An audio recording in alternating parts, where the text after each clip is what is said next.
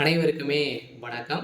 சற்று முன் கிடைத்திருக்கக்கூடிய ஒரு மிக மிக முக்கியமான செய்தி ஒன்று வெளியாகி உள்ளது. சற்று முன் உதயநிதி கதை முடிந்தது. டெல்லி திகார் சிறையில் அடைப்பு. இது மாதிரி பார்த்தீங்கன்னா செய்திகள் வெளியாயிருக்கு.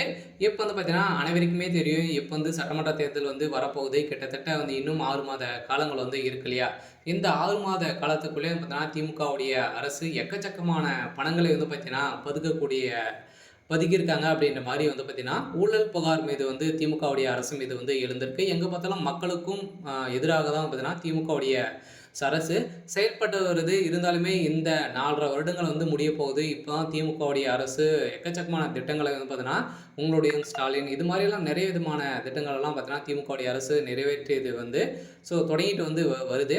இருந்தாலுமே இந்த புகாரின் மீது பார்த்தீங்கன்னா, அதிரடியாக இந்த பணங்கள் அனைத்தையுமே பார்த்தீங்கன்னா மிகப்பெரிய இந்த திமுகவுடைய அரசுல ஒரு மிகப்பெரிய ஊழல் நடந்திருக்கு அப்படின்றத திமுகவுடைய அரசு மீது புகார் எழுந்திருக்கு. இந்த புகாரின் அடிப்படையில இப்ப அதிரடியாக திமுக சேர்ந்த அமைச்சர்கள், அதே மாரி திமுகவுடைய தலைமையகத்துல தொடர்ந்து பார்த்தீங்கன்னா ரெய்டுகள் நடந்திருக்கு. அதே மாரி திமுகவை சேர்ந்த அமைச்சர்கள், திமுகவில் இருக்கக்கூடிய முக்கிய புள்ளிகள் அனைவருடைய சொத்து மதிப்புகள் அனைத்தையுமே பார்த்தீங்கன்னா, இப்போ நீதிமன்றத்தில சமன் செய்யணும் அப்படின்ற மாரி இப்ப அதிரடியாக உத்தரவு இட்டிருக்காங்க.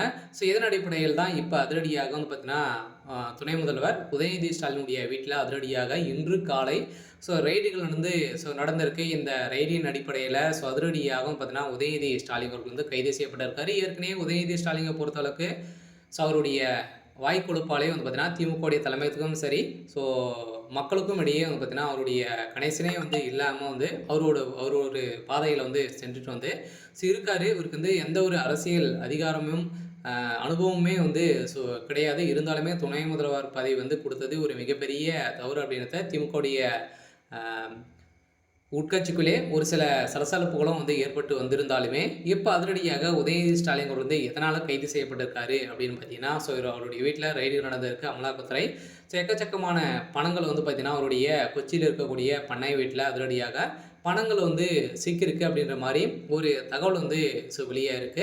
இந்த தகவலின் அடிப்படையில தான் இப்ப அதிரடியாக உதயநிதி ஸ்டாலின் அவர் அங்கங்க பார்த்தீங்கன்னா, பிரச்சாரத்துல ஈடுபட்டுட்டு வந்திருந்தாலுமே, அங்கங்கு உதயநிதி மீது பார்த்தீங்கன்னா, புகார் எழுந்திருக்கு. பணங்களை கொடுத்து தான் பார்த்தீங்கன்னா, இது மாரி மக்களை எல்லாம் சேர்த்துட்டு வந்திருக்காங்க அப்படின்ற மாரி நிரூபணமாகி ஒரு சில வீடியோக்கெல்லாம் பார்த்தீங்கன்னா, வெளியே இருக்கக்கூடிய நிலையில் தான் இப்ப அதிரடியாக உதயநிதி ஸ்டாலின் மீது புகார் எழுந்திருக்கு. இந்த புகாரின் அடிப்படையில் தான் இப்ப அதிரடியாக உதயநிதி ஸ்டாலின் அவர்கள் டெல்லிக்கு திகார் சிறையில அடைக்கப்பட்டதாக ஒரு தகவல் வெளியா இருக்கு. திமுகவுடைய தலைமையுடைய கதை ஒட்டுமொத்தமாக முடியப் போகுது. இருந்தாலுமே என்ன நடக்கப் போகுது அப்படின்றத வெயிட் பண்ணி பார்க்கலாம். இது மாரி செய்திகளை தெரிஞ்சுக்கணும் அப்படின்னா